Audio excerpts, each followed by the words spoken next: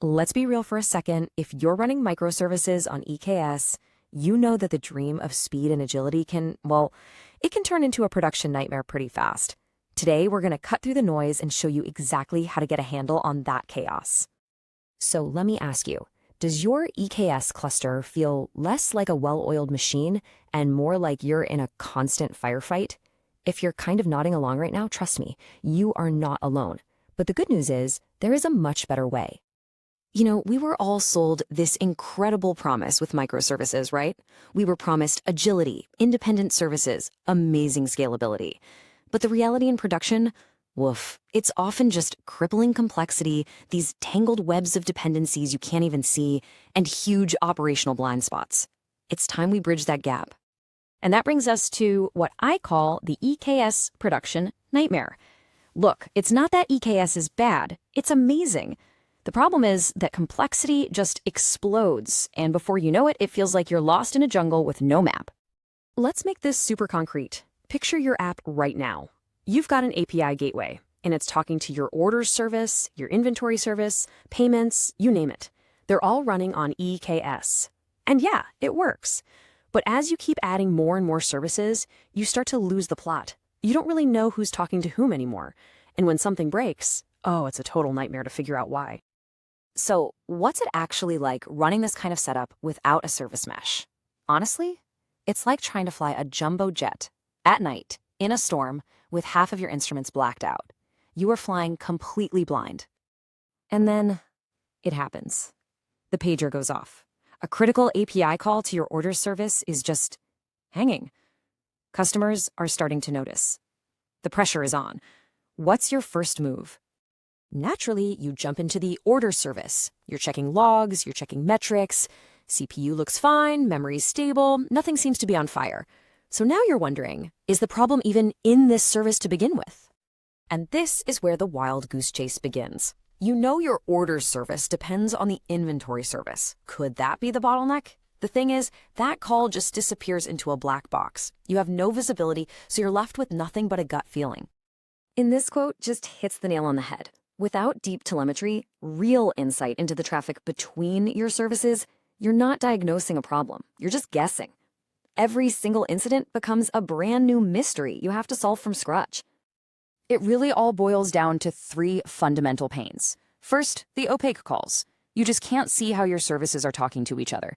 Second, no MTLS. That means all your internal east-west traffic is unencrypted, just flying around in the clear. And third, inflexible routing.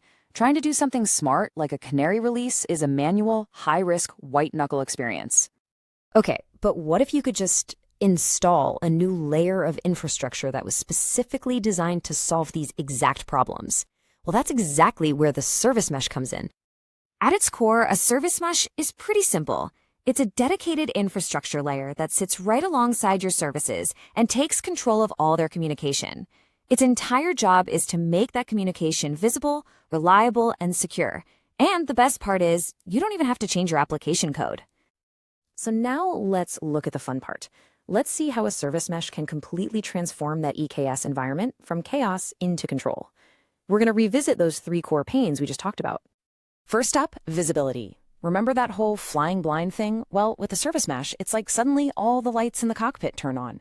You get deep telemetry right out of the box. You get those golden signals, latency, traffic, error rates, for every single hop. That slow API call, you can now instantly see that the 99th percentile latency between orders and inventory just spiked. Mystery solved. In seconds, not hours. Next, security. This is a game changer. Before, you were basically operating on an assumed trust model inside your cluster. Now, you move to a true zero-trust network.